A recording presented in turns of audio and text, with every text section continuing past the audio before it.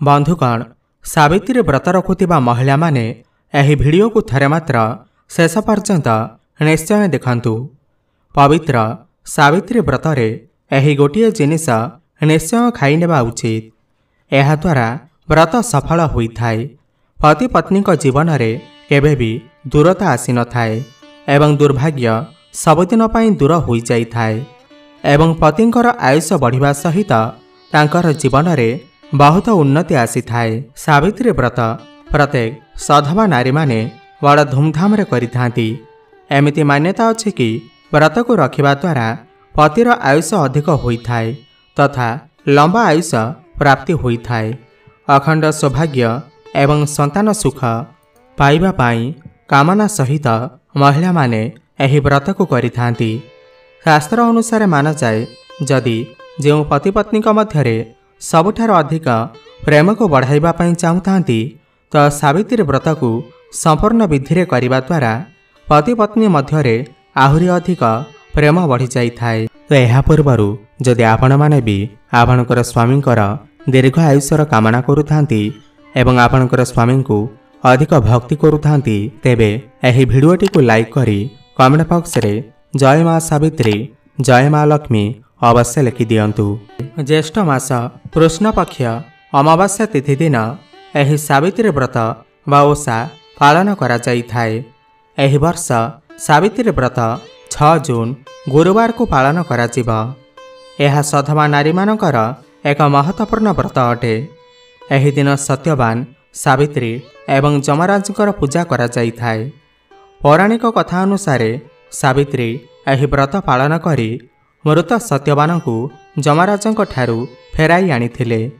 सेही दिन ठारू पालन हुई आसुछि एही सावित्री व्रत। ज्येष्ठ मास कृष्ण पक्ष अमावास्या तिथि दिन एही सावित्री व्रत वा ओषा पालन करा जाई थाए। चलित वर्ष 4 जून गुरुवार को सावित्री व्रत पालन करा जिवो। यह सधवा नारी मानकर एक महत्वपूर्ण व्रत अटे। एही दिन सत्यवान सावित्री एवं जमराजंकर पूजा करा जाई थाए। पौराणिक कथा अनुसार सावित्री एही व्रत पालन करी मृत सत्यवान को जमराजंक ठारू फेराई आनिथिले।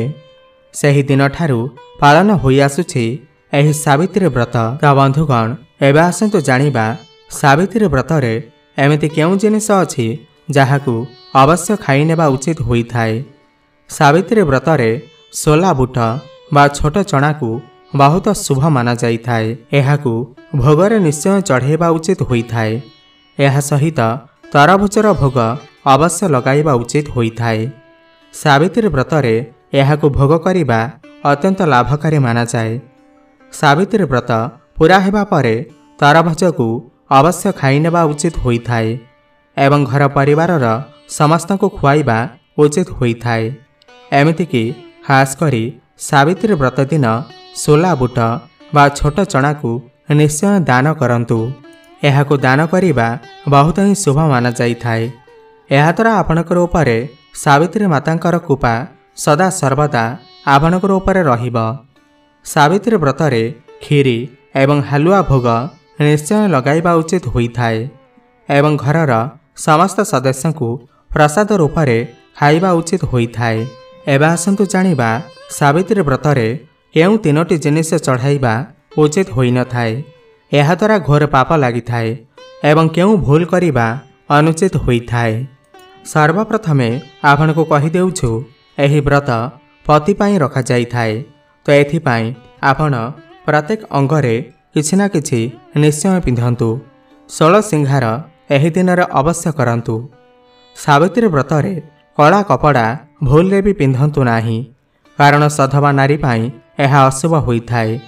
एहा सहित सावित्री व्रतरे धला रंगर वस्त्र मध्य भूल रे भी परिधान करंतु नाही। सुहागिनी महिलांक पाई धला कपड़ा सेमानक पाई विधवा हेबार रूप को माना जाई थाए। एही दिन रे आपनकू लाल वस्त्र पिंधिबा उचित होई थाए जहा द्वारा सावित्री माता प्रसन्न होई थांती एवं आपनकू अखंड सौभाग्य बतीर वरदान देई थांती। एही समय रे जेते अधिक पारिबे सिंहार आदिर दान करंतु। एहा द्वारा आपणकर पति उपरे कौनसी कष्ट आसीब नाही माता सावित्री प्रसन्न मध्य होइथांती। किंतु मन रखिबे निजर मेकअप द्रव्य को दान करंतु नाही, बाहर दुकान किणी दान करंतु। एहा द्वारा आपणकर जीवन रे केबे भी धनर कम हेब नाही। शास्त्र अनुसार मान जाइथाय सावित्री व्रत रे व्रतधारी को लुणर सेवन करिबा उचित होई न थाए। घरे कौनसी व्यक्ति मद मांस आमिष भोजन करिबा उचित होई न थाए। एही समय रे शारीरिक संपर्क रखिबा उचित नुहे। मुहरे खराब कथा बाहर करिबा उचित मध्य होई न थाए। सावित्री व्रत दिन सुहागिनी महिला अधिक शोइबा मध्य उचित होई न थाए, घोर पाप लागि थाए। एहा द्वारा पतिर आयुष कम होई थाए। एही समय रे आपण सकाळ सूर्य उदय हेबा पूर्व उठी जातु। एहा द्वारा माता सावित्री प्रसन्न होइथांती। शास्त्र अनुसार माना जाए कम से कम सावित्री व्रत दिन जेते अधिक पारिबे आपणकर सिंथी लंबा सिंदूर लगांतु। एहा द्वारा पतिर आयुष बढ़ी थाए एवं आपणकर सुंदरता को देखि माता रानी प्रसन्न होइथांती एवं अखंड सौभाग्यवतीर वरदान देइथांती। सावित्री व्रत दिन सिंथी अधिकर अधिक लंबा सिंदूर लगाइबा उचित होइथाए। कम सिंदूर लगाइबा द्वारा पतिर आयुष कम होइथाए। तो सेथिपाई आपण जेते पारिबे सिंथी लंबा सिंदूर निश्चय लगांतु। सावित्री व्रत दिन लाल फूल अर्पण करिबा उचित होई न थाए। लाल फूल अर्पण करिबा द्वारा सुख समृद्धि बढ़िथाए एवं माता सावित्री प्रसन्न होई जाइथांती। लाल फूल को प्रेमर प्रतीक माना जाइथाए। लाल फूल प्रेम को बढ़ई थाए। तो एथिपाई लाल फूल माता सावित्री को अर्पण करंतु। सावित्री व्रत दिन घरे मीठा खाद्य निश्चय बनाइबा उचित होइथाए एवं भोग लगाइबा उचित मध्य होइथाए। सावित्री व्रत दिन आपण जेकोसी जिनिस अर्पण करंतु, किंतु ध्यानर सहित देखि नियंतु सही जिनिस जेपरि खंडित होई नथिबा। एहा परे अर्पण निश्चय करंतु। कोनोसी भी जिनिस फटा भंगा होई नथिबा। जेबे आपण आपणकर हाथ रे चूड़ी पिंधिबे तो देखि नियंतु सही चूड़ी जेपरिकी धला चूड़ी होई नथिबा। नील रंगर चूड़ी भी पिंधिबा उचित होई न थाए तथा कला चूड़ी भी पिंधिबा उचित होई न थाए। फाटी जाइतबा चूड़ी केबे भी पिंधिबा उचित होई न थाए। एहा द्वारा घोर पाप लागि थाए एवं व्रत भांगी जाई थाए। एही दिन रे गलारे मंगलसूत्र पिंधिबाकू जमा भी भूलंतु नाही, नचेत आपणकर व्रत को पूरा मानाजिब नाही। गलारे मंगलसूत्र अवश्य एही दिन रे पिंधिबा उचित होई थाए। बंधुगण, अनेक लोकंक मध्यरे प्रश्न आसी थाए, एही दिन केउ देवतांकर पूजा करिबा उचित होई थाए। एही दिन त्रिदेवी किंवा त्रिदेवंकर पूजा करा जाई थाए।